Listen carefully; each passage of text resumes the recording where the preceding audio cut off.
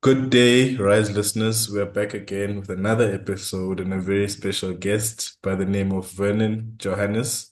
I go way back with Vernon, but we'll talk about that in this episode. But thank you for joining and thank you for the support you've been showing to the podcast on YouTube, on Spotify, and Apple Podcasts. Please do share the message and encourage others to, subscribe and also like and also comment. Let's engage on the conversations that we have. And today, Vernon will be sharing a very insightful, topic in the context of, workplaces and us in our workplace. So we'll be talking about the importance of building emotional resilience and why the corporate understanding of self-care or wellness is actually the basics when working in a stressful, high-pressure environment. And instead, you need to develop emotional resilience. So we're basically going to be highlighting why emotional resilience is, the most important. I'm not saying the others are not important, but the most important when it gets to um, us navigating around our workplaces. And yeah, so I'll give the floor to Vernon and he will introduce himself. Vernon, thanks for gracing us on the podcast. And yeah, I'm very excited for the episode that you're gonna have. Yeah, cool, man. Thank you, Sonala, for having me on on the podcast. And I just also want to say hello to your guests. I look forward to taking your guests on a journey of demystifying emotional resilience when working in a high pressure environment, and why the corporate prescription of I call it the corporate prescription of wellness is only the basics. Now, many of you probably know me as the projects officer, or maybe the top achievers guy at UWC, or maybe even the email guy, because you've seen me sending a whole lot of emails. The email Um, guy. yeah, yeah, you know.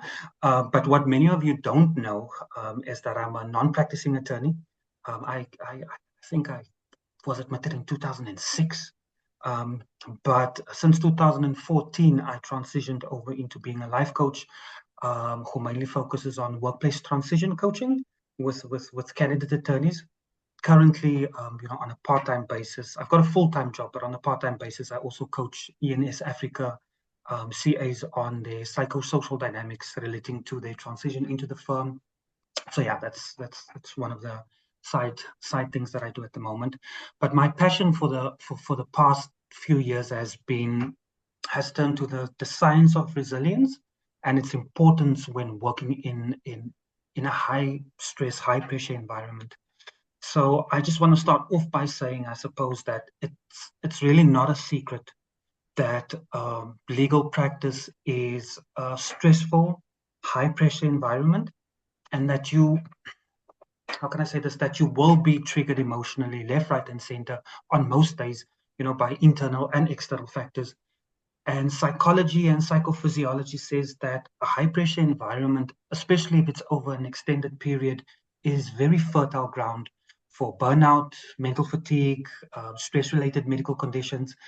Now, self care and wellness is very important when you are working in a high pressure environment. But the corporate prescription of wellness is only the basics. You need to think about being emotionally resilient, and building emotional resilience when working in a high pressure environment. Yeah. Mm, And you say that like I'd say the workplace or the corporate prescription of wellness is only the basics when working in a stressful high pressure environment. mhm. And that you have to focus on building emotional resilience. What is the corporate prescription of wellness, and why is it only the basics? Yeah, Mm. thank you for the question. Look, the corporate prescription of wellness is something that many of you have probably heard about, left, right, and center already. It's the same thing here on where I'm working as well.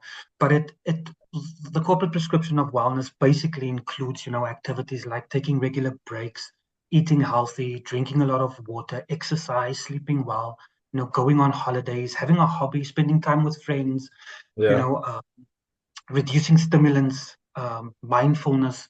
Now, these activities are very important because they help you to reset and recharge and reboost and boost your mood. So you need to reset and recharge, and you're negligent if you're working in a high pressure environment and you don't. But the reason why this prescription of wellness is only the basics um, is because self-care and wellness is only one module or one category of emotional resilience. In other words, emotional resilience has more than one category. Emotional resilience has more than one category, which I'm going to get into in a second. And wellness and self-care is one of those categories, if that makes sense. Now, Understand. yeah, So now there's this a bigger distinction, picture. yes, It's, there's a bigger yeah. picture. Yeah.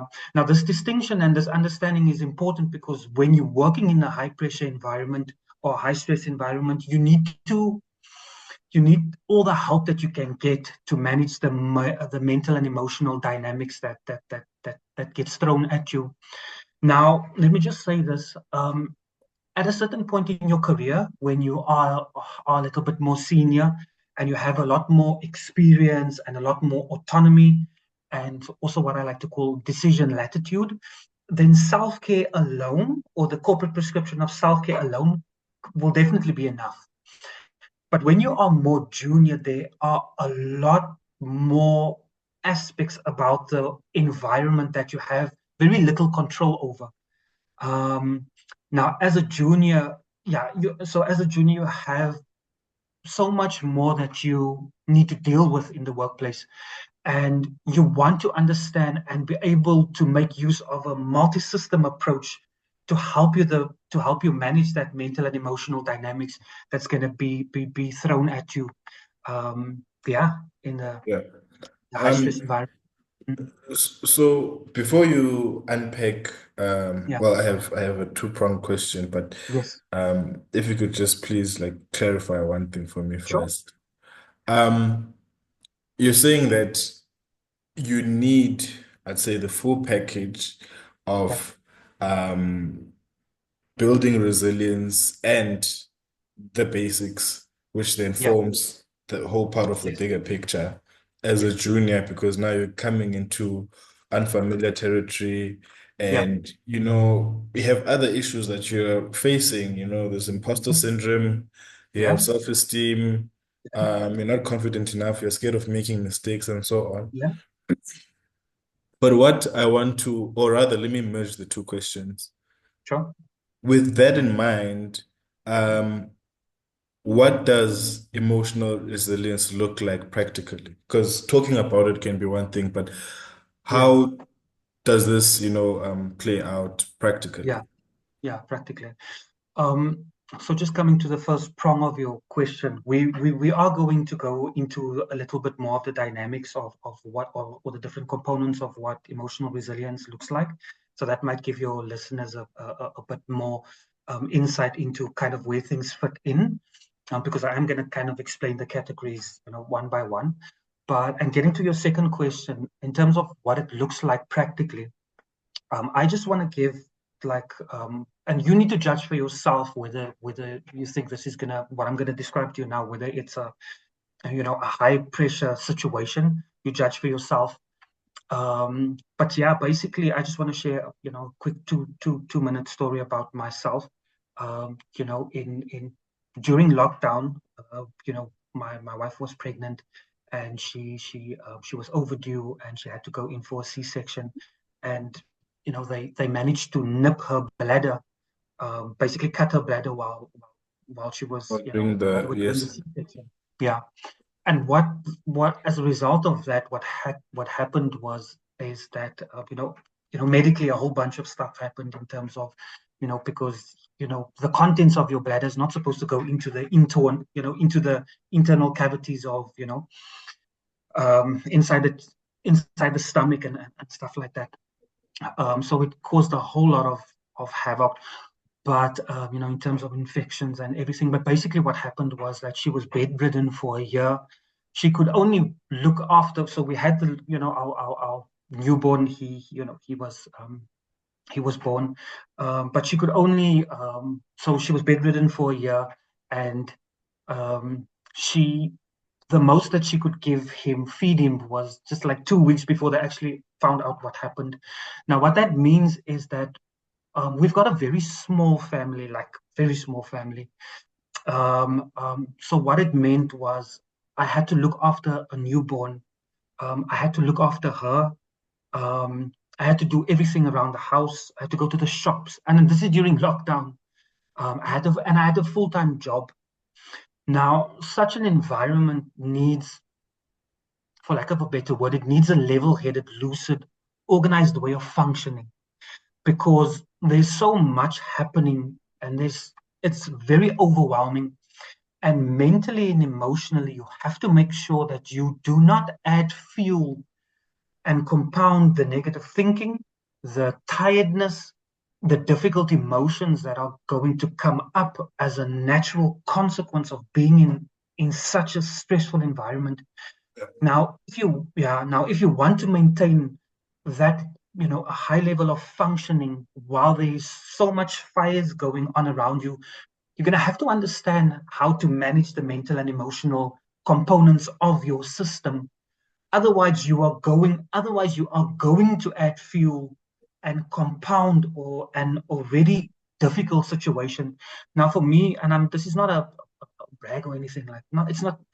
I don't know why I'm using the word brag, but I just want to kind of impress upon the fact that for me, there was no guesswork in what I had to do on a daily basis to make sure that I did not add fuel to an existing fire.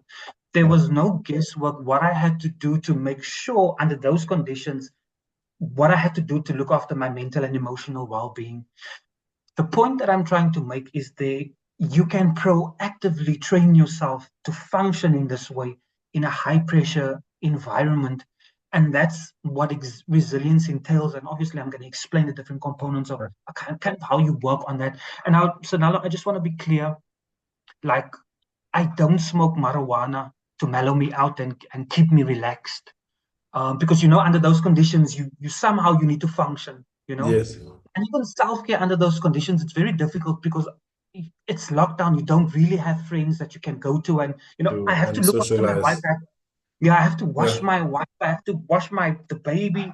I have to do all those things. I need to look after myself. Yes. So I don't smoke marijuana. I don't to mellow me out. I don't do hard drugs. I don't over medicate. Look, I grew up in Manenberg where those things, I grew up on the hood where you can see firsthand, what those things do. So I don't drink. I do drink alcohol, but I couldn't drink alcohol in such a way for me to Yeah. cope, man, because I need to Yes. stay functional for my family. Yes. So I just wanna kind of make that clear, and also just to reiterate the fact that self-care under those conditions, if you can just imagine self-care, and for me to go to the gym, like, it's almost non-existent. Yes. For me to sleep well under those conditions, I was very sleep deprived. My wife is busy crying most days because she can't get up, she can't hold the baby. She's a new mother, and she can't hold the baby because of the infection. She can't hold the baby because the stomach is infected. Um, so all those things. So yeah, that's why I'm saying self care is only the basics. But anyway, we'll get into that Yeah. when we get.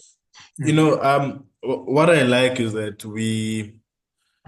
this is not a very like straightforward thing, yeah, and it's showing me that it's very important to be mindful and intentional about what we do on a daily basis, yeah, of especially course.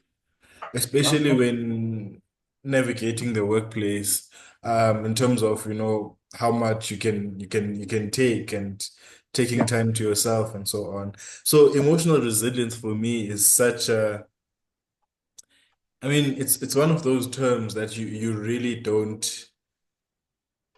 get because one could say that it is an abstract term. What do you yeah. It's all really over the mean? place in a way. Mm. yeah, what do you really mean that I need to be emotionally resilient, right? Yeah, exactly.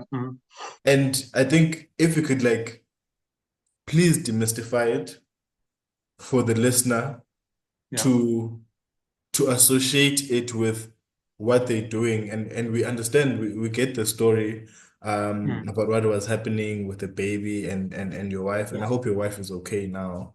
Yeah, uh thank you. yeah, and how does one say, okay, I'm now consciously working towards this thing? Yeah. Yeah. Yeah.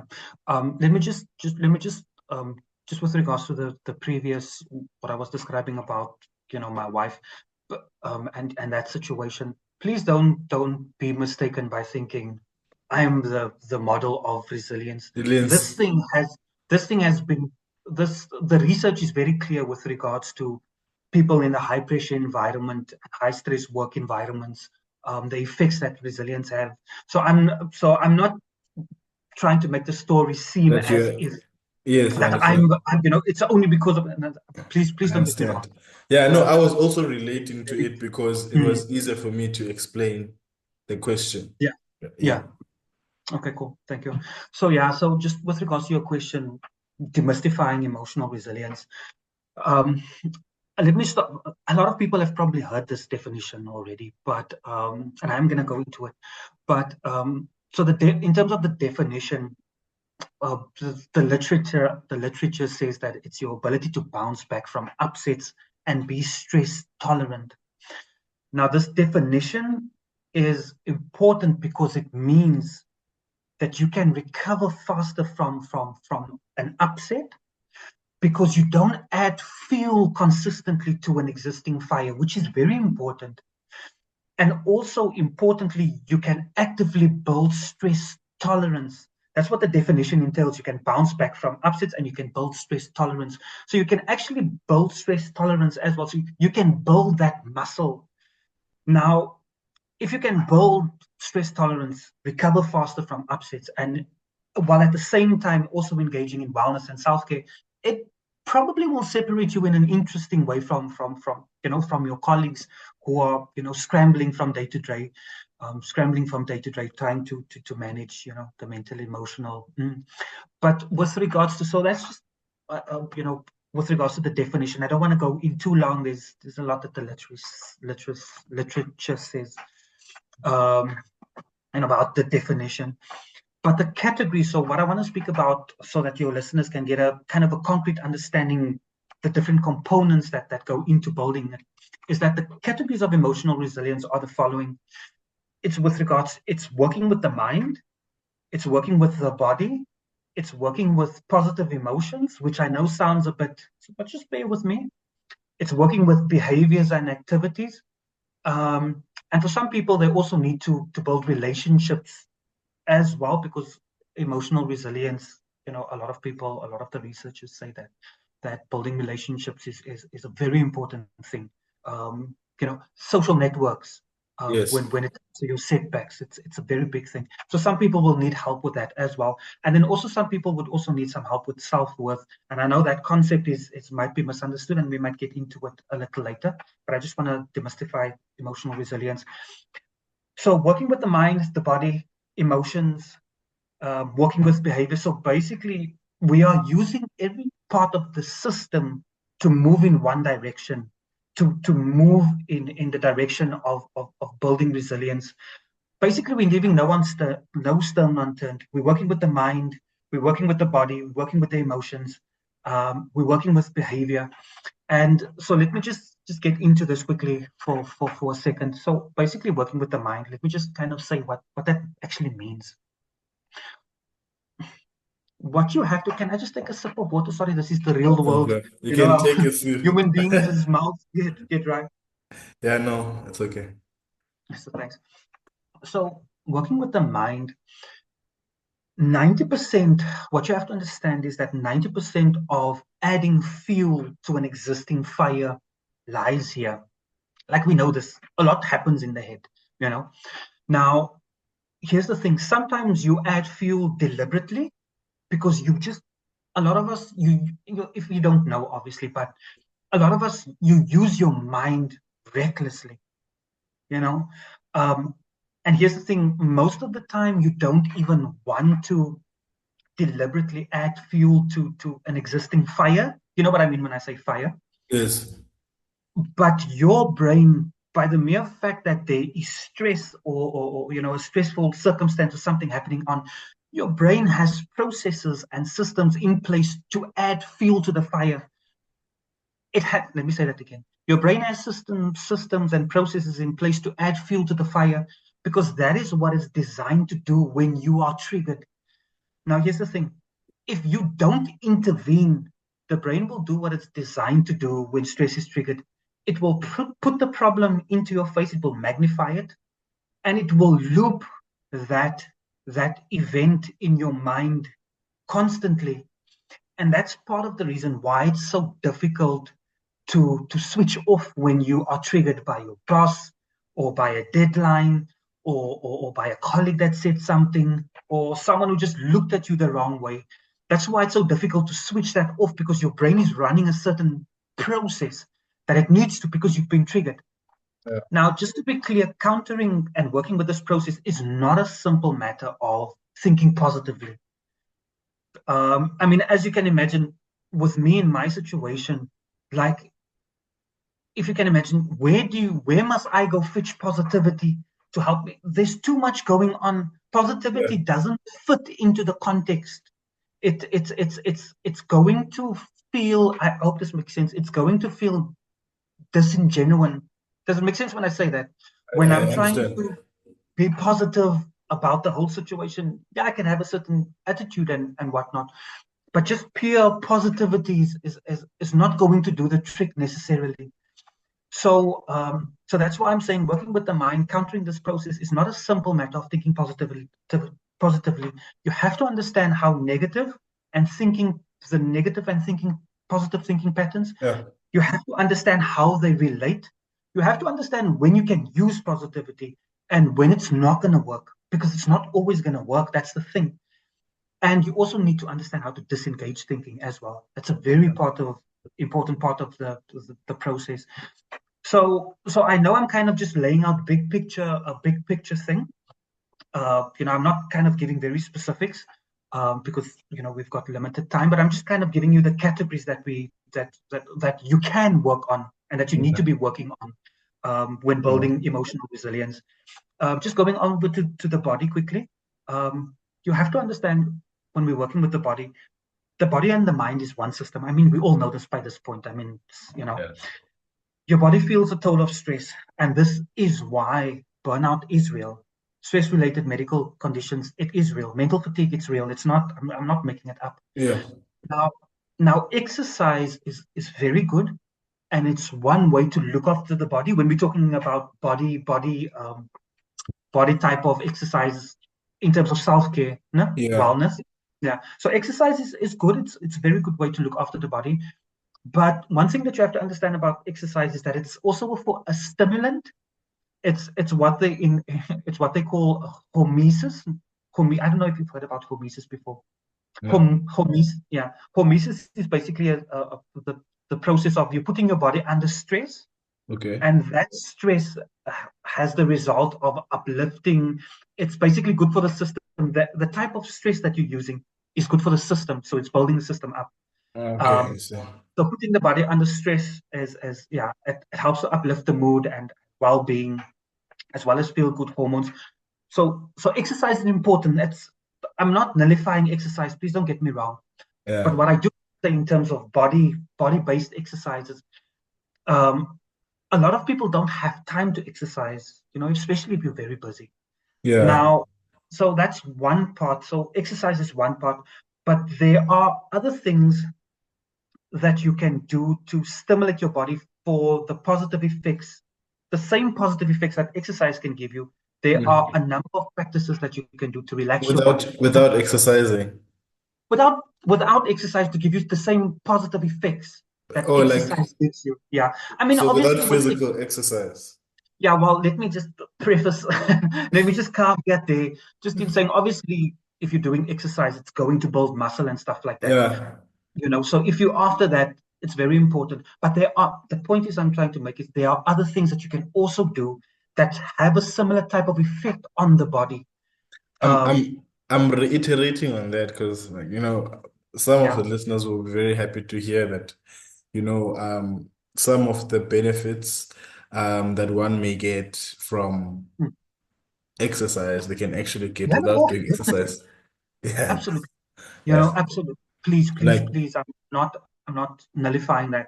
I'm yeah. just let me be clear. I'm saying that there are other things that you can do to also work on your body to give you the same positive effects Yes. that exercise can do. So there are Yeah. a number of practices that you can use to relax your body as a professional.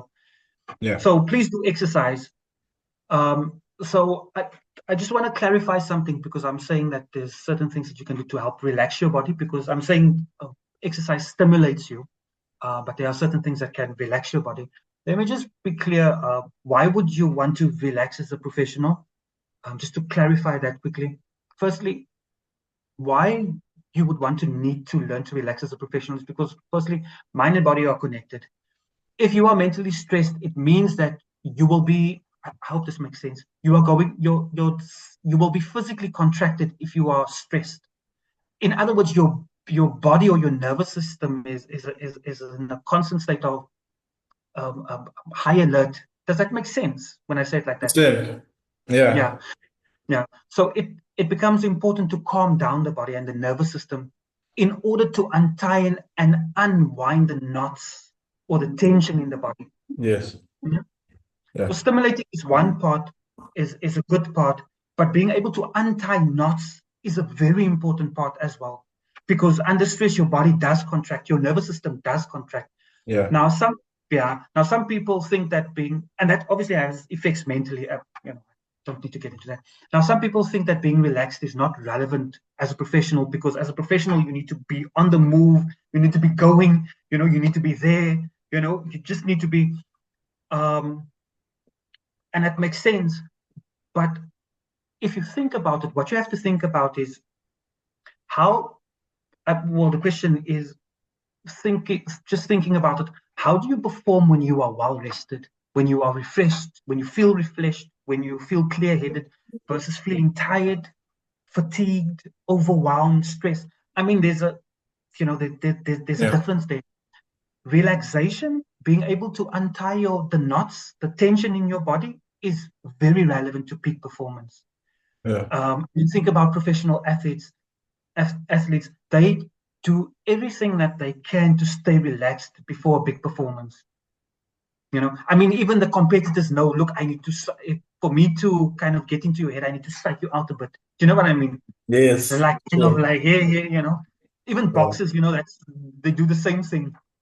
Um, so, um, so they know how important being relaxed is because it helps you perform better.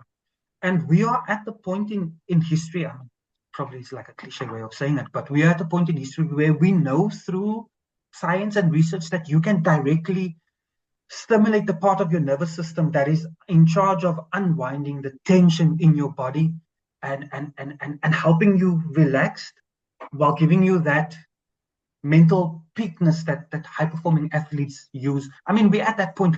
We have to be using these things. It's there. Yeah. I hope I'm making sense when I say I that. understand. Yeah. No, no, you are making sense.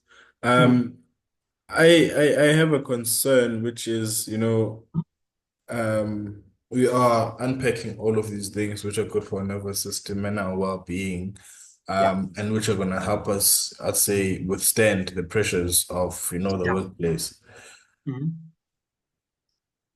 People always complain about time.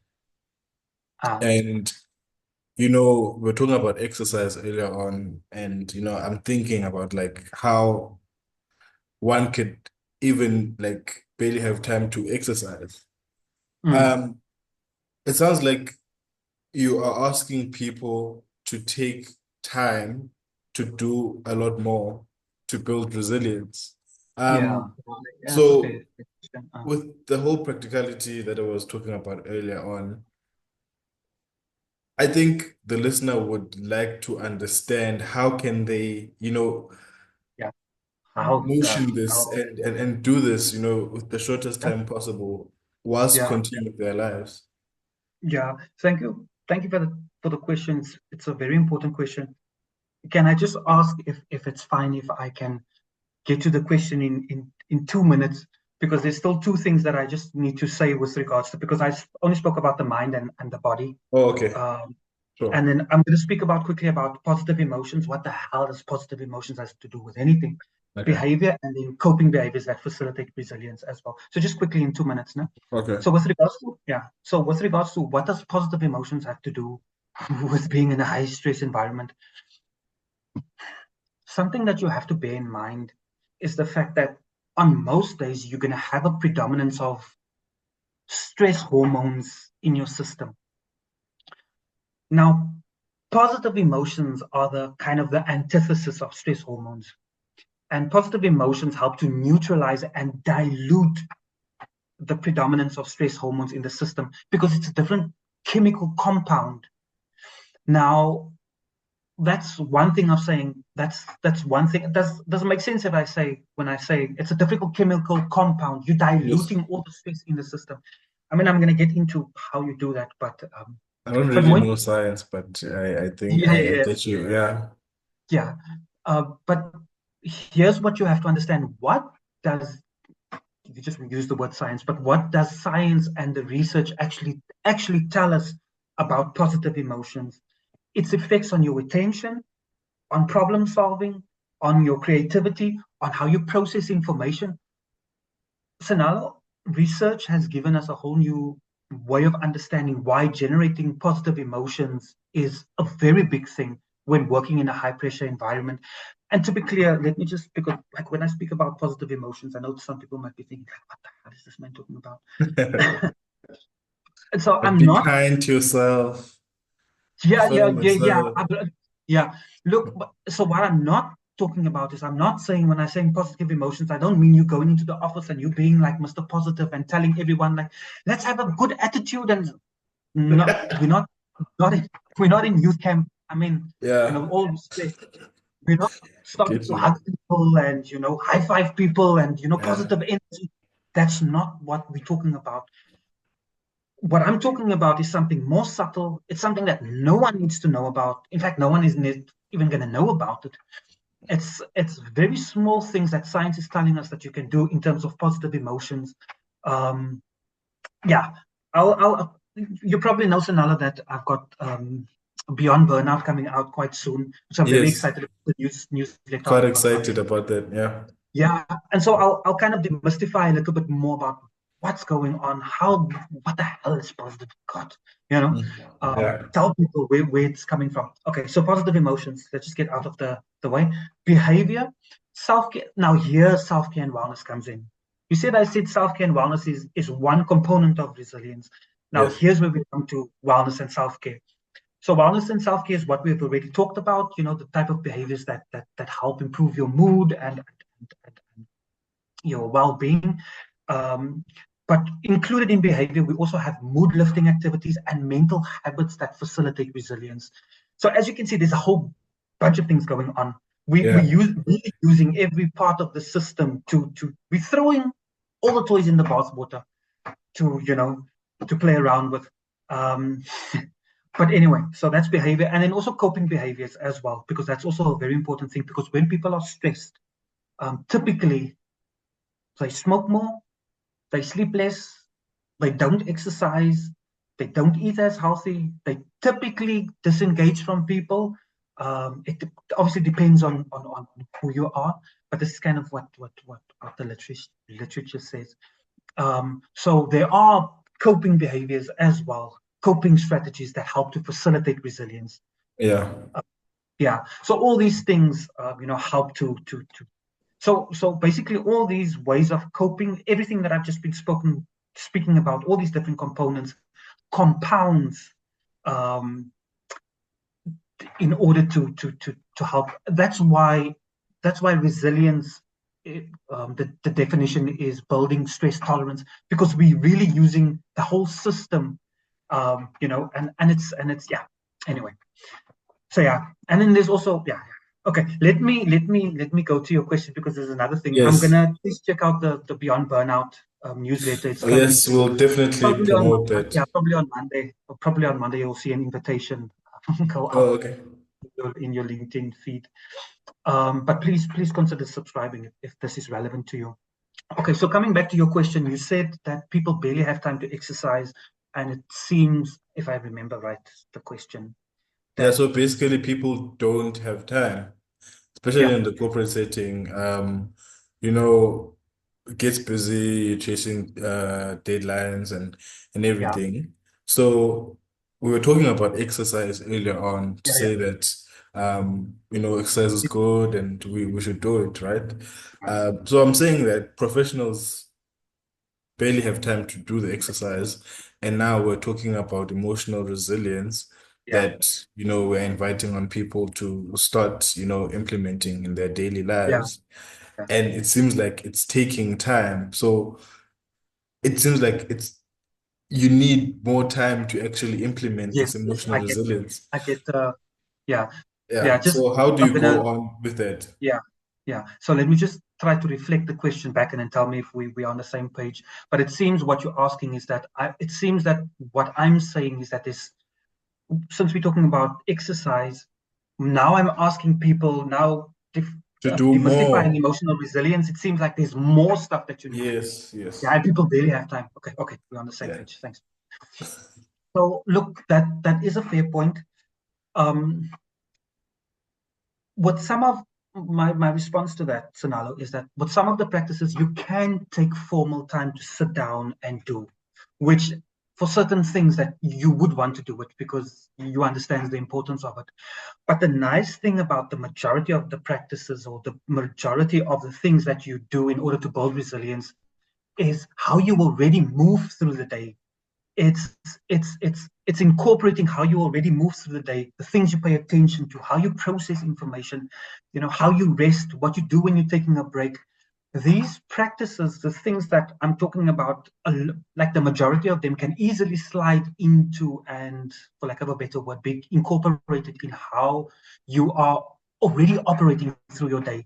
So even in the office at work, you don't need to go and, sorry, this don't I don't, yeah, as I said, I don't think as a, what's the word, when I speak about exercise, but you don't necessarily need to get up and dedicate 2 hours to go to gym, get dressed. There are a lot of the practices you can easily be incorporated in the way you are already operating.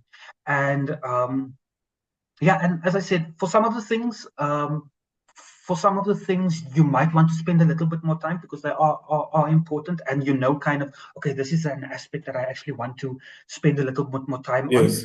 Um, but as I said, most So of the you're things, saying that within one's journey of trying to build the emotional resilience, there are already facets of it that one might be more comfortable or more stronger in, and then they'd rather then focus on other facets of emotional well, resilience. well, well, yeah, there would be some facets that they would be stronger in, but yeah, but if you are strong in it, you would want to obviously focus on the others. Yes, that's a good point. Yeah. But just to come back to the question, there's not going to be any guesswork that you're on the right path, because I Yes. know I'm speaking about big picture stuff, because I'm speaking about resilience in a big term, in a big picture way. I'm not kind of laying out any steps or Yes, anything. yes. This is just surely purely first to let people know about, It's to get an educational. understanding of what resilience, to pin it down a bit. You know what I Yeah. mean? Before we kind of get into these are the things that you do, but there Yeah. will be no guesswork into, there will be no guesswork with regards to that you are building resilience, and you will start noticing very early the difference in how you start feeling, how you move through the day, how you start to add less and less fuel to fires that are going around you. It's not going to be very difficult for you to see. Yeah, but basically, yeah, it can be incorporated into the I workplace. think Very. Mhm. I think Vernon, it's very important to highlight that when we're dealing with these things, we need to Uh-huh. realize that we must not be results orientated, you know. Okay. It's Yeah, it's please it's carry a on. yeah, Mm. it's a journey, right? Yeah. There will never come a point where you're like, I am 100% Yeah, of course. fine Yeah. with this, right? Mm. It's a Mm. journey, and we are not going to get instant results. We're not Yeah. going to get at a point where we are Tomorrow. Yeah. 100% okay. But there will be a Yeah. point where we'll look back and say, I'm much better than I was Yeah. 3 years Yeah. ago, 2 years Yeah. ago. I Yeah. think that's very Especially, important. yeah. Especially with everything that I'm talking about now. And again, I'm just saying, like, I'm not laying down any specifics because we don't have time. Yeah. But you you will, especially if you work on everything that we're talking about, if you're using every part of the system, you're gonna know what, yeah, you will see how things turn out. But Yeah. anyway, sorry, it's just a side.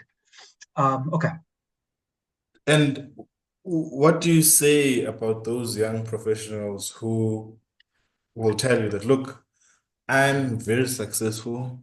okay, I am completely fine at work. yeah, Um, I don't believe this thing you're talking about, emotional resilience. There's no such yeah, thing. I never did anything. I didn't survive through this thing. I didn't even yeah, think about it or know about it. What do yeah, you yeah, say yeah, to such a person? yeah. I went through no resilience training or Yes. like Yes. like that. I Yeah. just managed. I did it through, yeah. Um, Yeah, yeah, yeah. That's a difficult question you're throwing at me, Sinalo, on the Saturday morning. Look, I think firstly, I just want to say, don't look. You shouldn't look at other people. Um, you don't know what other people's internal experience is and what they might be going through. Don't only look at people's success because your success is only one part of the equation. You personally, as the guest, you have to think about your career in a big picture way. When it comes to your achievements, when it comes to growth, when it comes to your success, you're going to thrive. That's not an issue. You will thrive. The but what you have to understand is that the wind still blows at the top. And because and here's the thing, the wind still blows at the top because your nervous system is set up to get your nervous system is set up in such a way that you will still get triggered. You are going to get angry, you're going to get sad, you're going to get frustrated, irritated. I mean, you're a human being. Your nervous system is going to, the alarm is going to go off in certain instances. Yeah. But if you add in a level headed, lucid disposition where you are not easily swayed by upsets, and if you are swayed, you don't stay there. This kind of disposition will separate you from other colleagues who are going through a lot of storms. It can separate you from them in a big picture way. Um, so that's I think that's the first part of answering that question is don't look at other people. Don't just look at people's success. You are on your own journey. Secondly, and you know all the challenges that you had to go through, and you know kind of what you need to do to work on yourself. I mean, we all have to go on our own hero's journey, for lack of a better word. I mean, some of us come through difficult upbringings. I mean, myself included. Um, so yeah, so that's that one facet of the answer. The second thing that I want to say is that I think that if you were to ask any senior or young successful professional whether it's important to look after your mental and emotional well-being, I think we're probably going to get a unanimous answer across the board that you have to look after yourself. You absolutely have to look after yourself. They know how important looking after your mental and emotional well-being is. They know how crazy things get. I mean, I don't know Sinalo, but you've obviously been having a lot of awesome guests, and they've probably been speaking about the same thing. And I don't know if Yes. there's any one of them who would, and there's other podcasts out there as well. If you find someone who says that, look, this is not a thing, just move on, you're going to be fine, then I mean, then follow that person. But yeah, I haven't heard someone I say that haven't yet. come across such a person that Yeah, yeah, says that as well. yeah. Yeah. Thirdly, yeah. Thirdly, I also just want to say that you're going to work hard, and you're going to be constantly on the move. And this is not a nice way to say it, but a car's engine that constantly runs on high speeds for extended periods of time is going to overheat. This is not really rocket science. You Yeah. need to look after yourself. And Even a car requires a service. So yeah, of course. And yeah. you want to start your career with all the proper understanding and tools to help you deal with the stress and the craziness that is going to come. And we know this. We're not, and lastly, I just want to say that some people, and I don't want to offend anyone. I'm not offended because this question applies to me as well. But some people come from broken homes where there was constant stress, and some people come from trauma. So for those types of people, they have a natural disposition. They are very high strung. It's easy for them to get triggered, um, and Yes. that's what and that's what a high stress environment, that's what growing up in a high stress environment does. I don't want to go into trauma and those types of Yeah. things, but it's what it does. It decreases your it makes you very sensitive. You are easily triggered. Sorry if I'm offending anyone. Don't Yeah, mean that no, way. I Mm, hope you are not. yeah, I I hope don't I think hope you I'm not. are. I don't think you Yeah, are because yeah, that is the reality for most yeah, of us in South yeah. Africa. Yeah. Sure. Yeah. And a stressful work environment is not necessarily going to make things easier, Some people need a mental and emotional makeover, Yeah. for lack of a better word. And I'm saying that with the utmost sincerity, because that's what I had to do as well, because I also come from this, you know. Same Um, situation. yeah, especially if you know where you're going to, you're going into the jungle, you know, where there are landmines around, you don't even know where the landmines are. Um, you need to be prepared. I mean, Yeah. anyway. And yeah, you know, time goes by so fast. Mm, Um, you mentioned that you have a resilience training program, and I did see something on LinkedIn, actually, um, Beyond Burnout. yeah. That's the Okay. name, Beyond Burnout. Could you Right. please tell us about the training program that Uh, you have? okay. Okay. So just to clarify, so Beyond Burnout is just the newsletter. So that's not a training Oh, program. that's the newsletter. Oh, Yeah. okay. So Okay.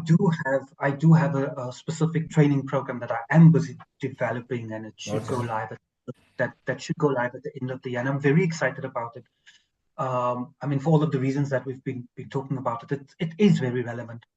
It is going to be an online course where you're going to understand exactly how every single category works, how they relate, how to use it, and how to integrate the material. Remember, what we're talking about is we're talking about big levels, big Yeah. levels. And even in the newsletter, I'm going to be giving a lot more detail in terms of the research and the science and the research that's been done in order to prove, the efficacy or Yeah. the importance of the different components. But also, no one has time to read the five page newsletter. I mean, people are busy. People are So busy. yeah, so Yeah. it's going to be an online course. You do it on your own time. Yeah. But as I said, you understand everything, how things are put together. But with regards, and as a bonus, I will also be including relationship building and networking in that as Oh, well, okay. in the online course, because as a professional, you can't be, or yeah, as a junior professional, you can't be hiding in the shadows anymore. You, Yeah. you need you need to understand the factors that influence relationship dynamics.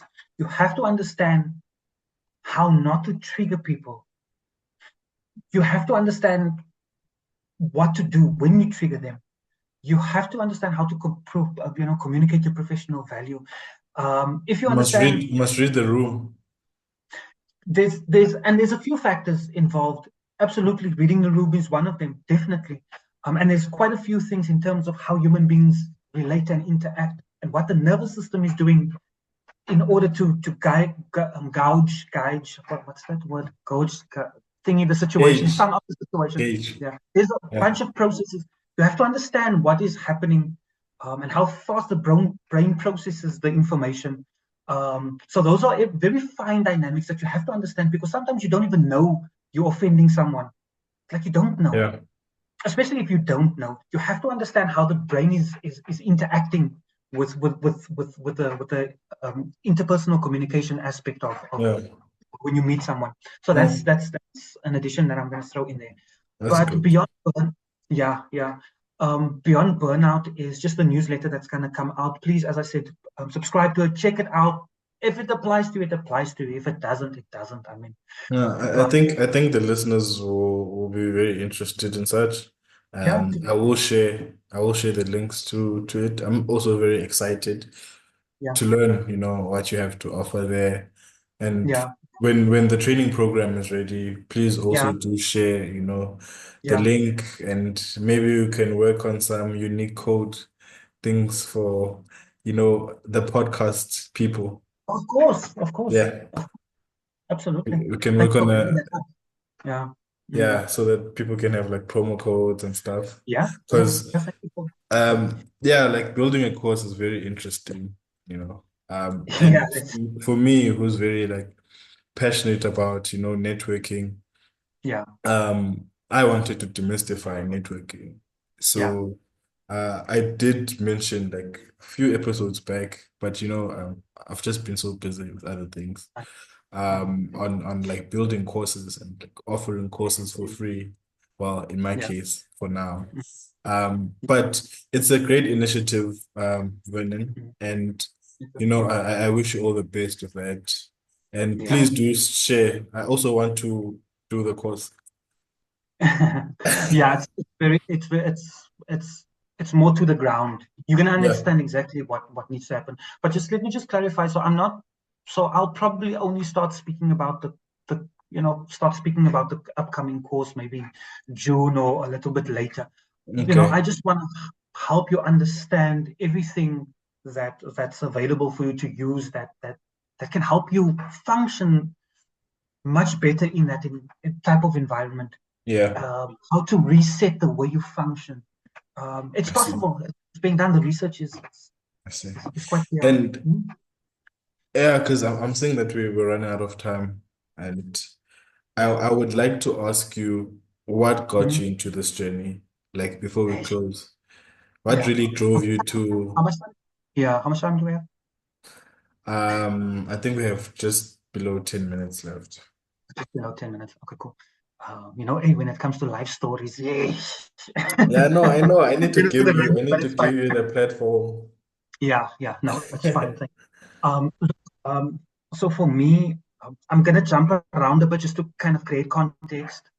But so for me, the big thing that started the catalyst is what at 12. I know this is probably going to sound like a sob story. I don't um, mean it to sound that way. I'm just helping to answer No, the you can question. you can you When can I, share your story. Vernon. but Feel when free. yeah, when I was 12, I was thrown out of the house. Um, because at the time, what happened was we were living. I we came through. Me and my mom and my brother, who was just a year old at the time. Um, my mom went through a traumatic, very traumatic, dramatic divorce, and we were relocated to Cape Town. I grew up a little bit in Windhoek, Namibia. I've got a Oh, big okay. affinity, yeah, That's great. to Windhoek.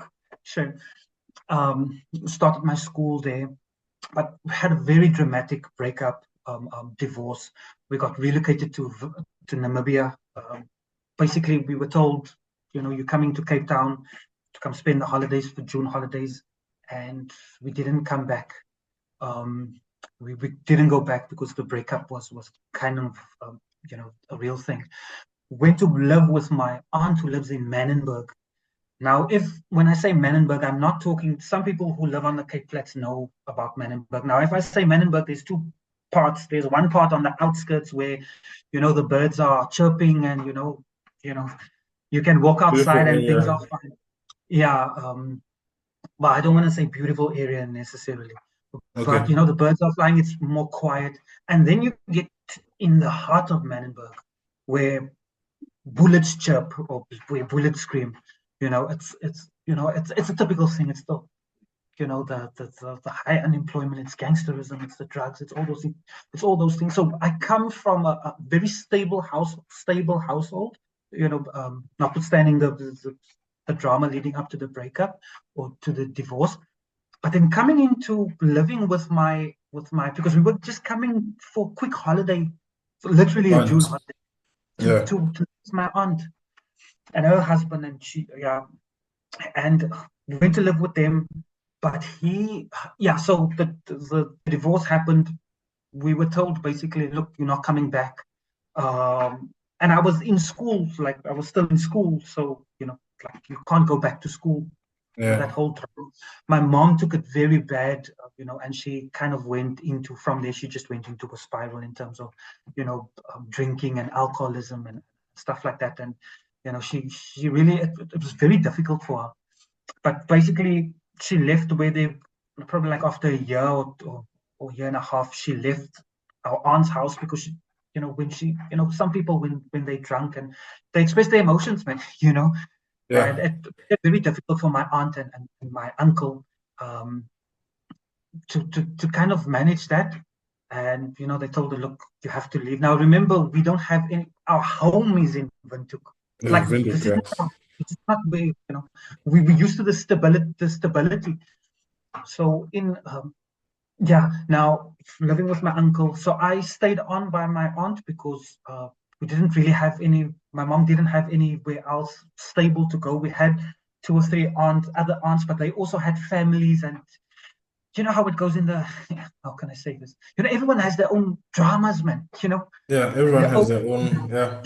one has, So I stayed on with my aunt, but my uncle, he's a little, what's the word I can use? Ah, man. Well, it's my mom's sister. So the uncle is married in, but he's a little bit disturbed. Let me just say, he's a little Okay. bit mentally disturbed, not really well up there. And yeah, things started progressing, and at a certain point they told me, as well as I said, when I was 12, he told me I was playing outside. When you're still that age, you play outside, and you come home. And he told me, look, you're not staying here anymore. Like just like that. And from that point onwards, I was living in a lot of different houses, within in that same road, and everyone knew who my aunt was. But she was in a position where my uncle, he had a very, as I said, he was a little bit not well. So she didn't have much say with regards to, because he was also the only breadwinner. But so I've been living with various different families, in Manenberg. It's for a male living in an environment where there's not much going on, not much opportunity. The situation is in the house is, you don't have no encouragement around you. It's very difficult. And I do understand how easy it is to get involved in drugs and those. I do understand, because it's very tempting, and even how easy it is to get involved in gangsterism and drugs as well. Um, but basically, long story short, when I was 12, and then when I was 16, lived. So I've been moving with different families. So all the clothes I didn't know where my mom was. Um, for all that time, I found out. I think when I was 15, I found out where she was, and she was living on the street, with my brother, um, homeless. And it was difficult finding out about that. But then again, like we've got family, but everyone has their own issues. And she was at that point where she was so bad, where she has to drink to not get sick. That doesn't sound right. If she doesn't drink, she gets sick. Like Yeah. she starts throwing up and foaming and getting seizures when she doesn't drink. She literally needs to drink to keep her system. But anyway, so when I was 16, moved into another family, and that was one of the most stable families that I managed to get into at that time. Most stable compared to everywhere else that I That's you, was. yeah. Yeah, it was just, it was really bad. But when I was 16, got into this family. They were a bit more stable.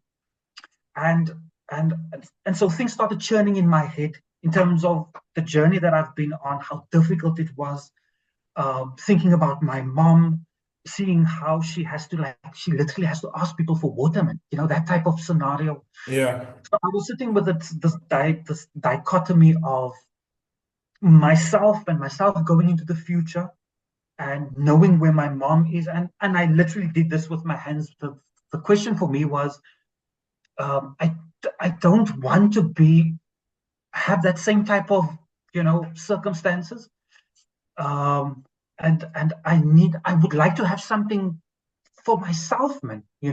That no one can really take. Now, mind you, at that time, in terms of school, I was going to school, but if you're from the hood, let's put it that way, um, we know that students in schools, like, school is just like, you don't even know why you're going to school.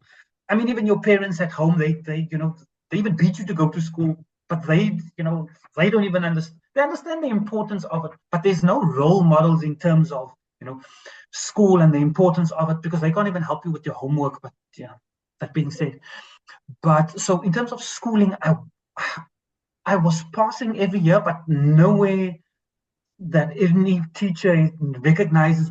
Like, I can't even tell you where in the class I was. Do you know what I mean? I was basically praying, oh my God, I just hope But when I got to this family, I was thinking about that situation because their son was doing actually quite well in school.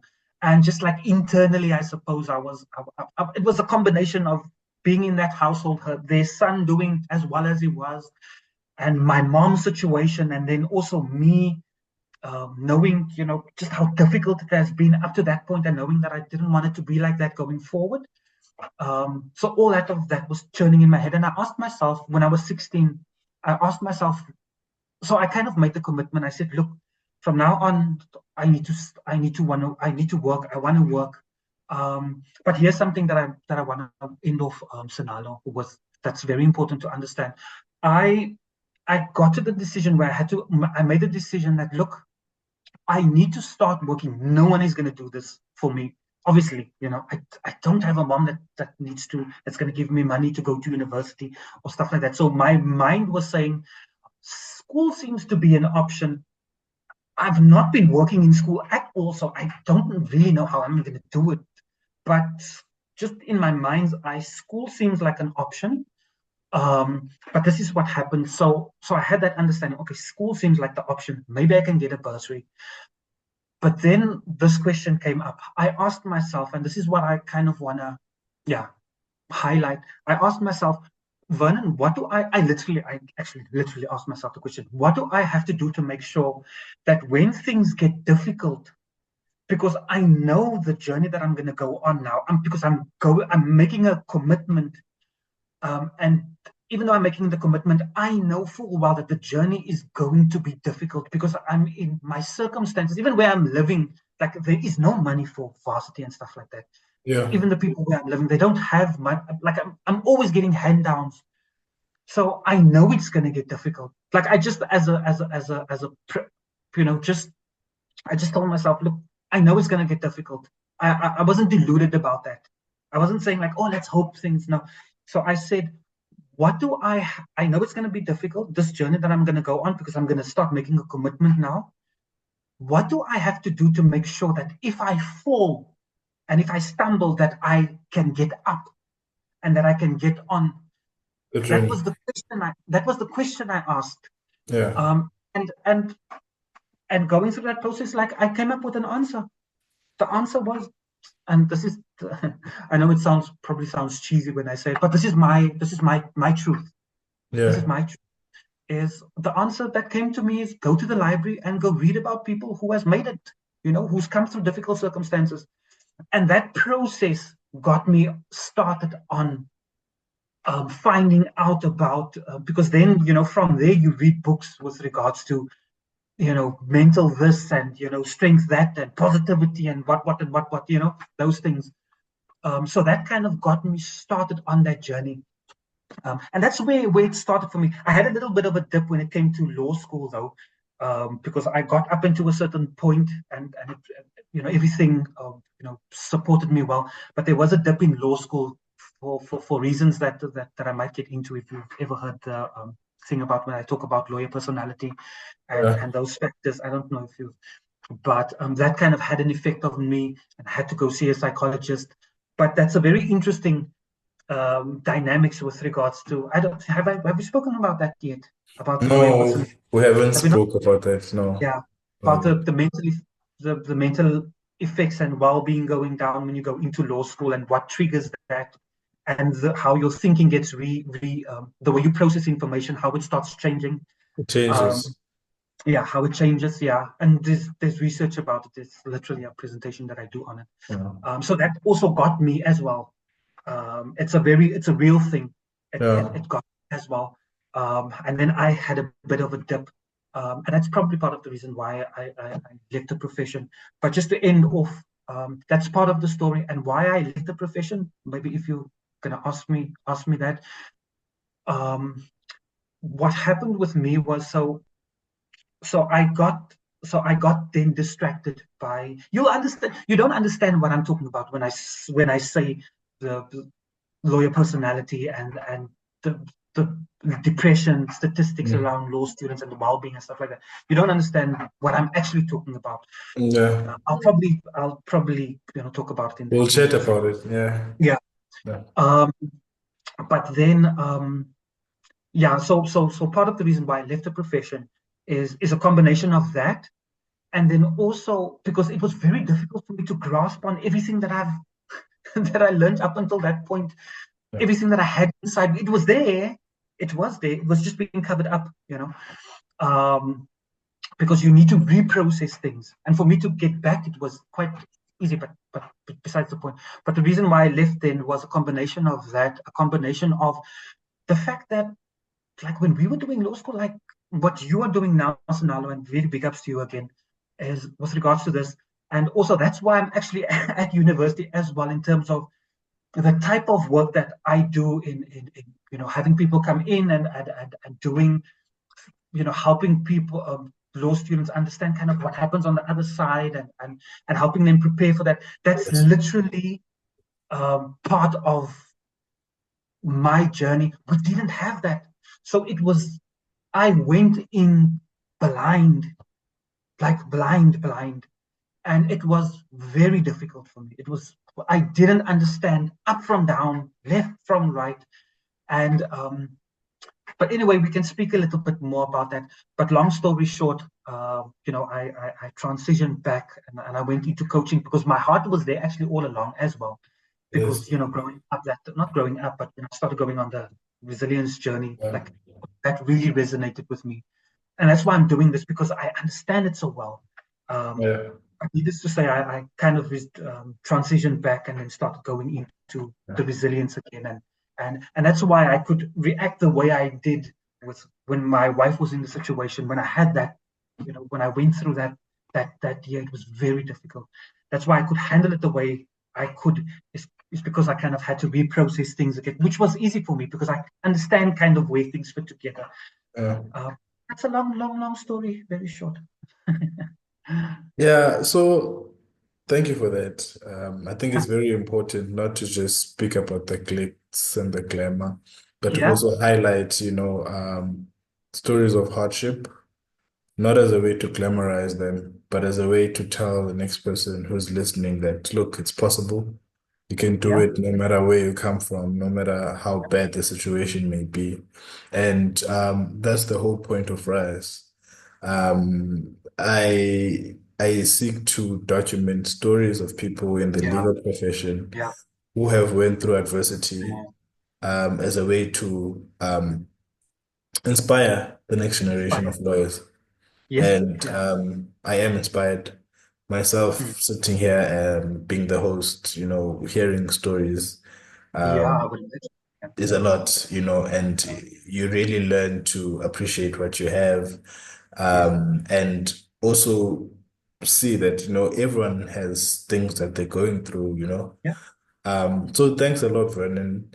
I yeah, think to close it off, yeah, since so much has happened and I've seen how you're actually going through this in your mind as you're explaining your journey, um, what would you tell the 15-year-old boy that has went Ooh. on to become a life coach, a lawyer, and a source of inspiration for so many people who have went through, I'll say, the direct inspiration and motivation is from UWC because we are your products from there. But what would you what would you say to that young guy? You'll be speaking to that guy, but also speaking to upcoming lawyers and those who are now listening to this podcast. Oh, what am I going to say to the 15-year-old me? Yeah. Yeah. So you're speaking to the 15-year-old. What would you say to the 15-year-old you and the young person, or not even young, they're older people who listen to the podcast. Yeah, you're What would you asking me a say to those difficult. people? Yeah, yeah, yeah, yeah. Because now I need to go. Yeah. Yeah, I suppose just with regards to the 15-year-old, to be honest with you, can I change the date to the 16-year-old? The 16-year-old. To Okay. the 16-year-old. Yeah, Okay. please, man. Because it was it sounds cheesy probably, but it was that time. Yeah. That's when it started. That's when I started thinking about everything, and I would say to that 16-year-old, um, think about your situation, think about where you are. You know that the journey that you're going to go on, even though you've got hopes and dreams, which is true, you do have, and I commend you for that, Vernon, who is 16 years old. I commend you for that, but you have to understand that you are also going to go through things, and you are also going to go through situations that is going to test you, and that's going to be very difficult. And I would recommend you to learn how to get up, learn the proper ways, to learn what's out there and what's available in terms of how to function properly and how to use all the parts of your system to be able to get back and work as hard as you can, because you are going to work hard. We know you are. But when you get hit with your setbacks, um, you know, I would like for you to know what for you to not be confused about what you need to do. Um, please find out about what you need to do to look after yourself better. It's out there, it's available. Um, I love you. And I'm getting a bit carried away. Getting emotional now, Yeah, Vernon. yeah, I'm getting a bit carried away. But basically, because it's also what I told myself. I know it's going to be difficult. Um, Find out what you can do to make you weather the storm, and yeah, and you are going to succeed, but for you to weather the storm as well. Yeah, basically, Oh, thank you so much, uh, Vernon, for coming on the podcast once again. I am very, very, very honored to have known you, to have worked with you on campus. yeah, And I thank remember you. the day we So, were actually planning that we're gonna have an interview. When was it? 2 years ago.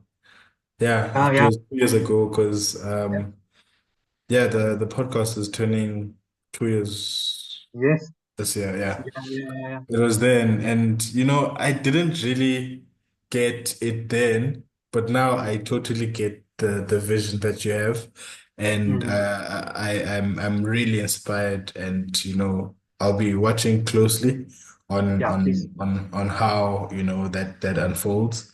But yeah, other than that, thank you so much for coming on the podcast.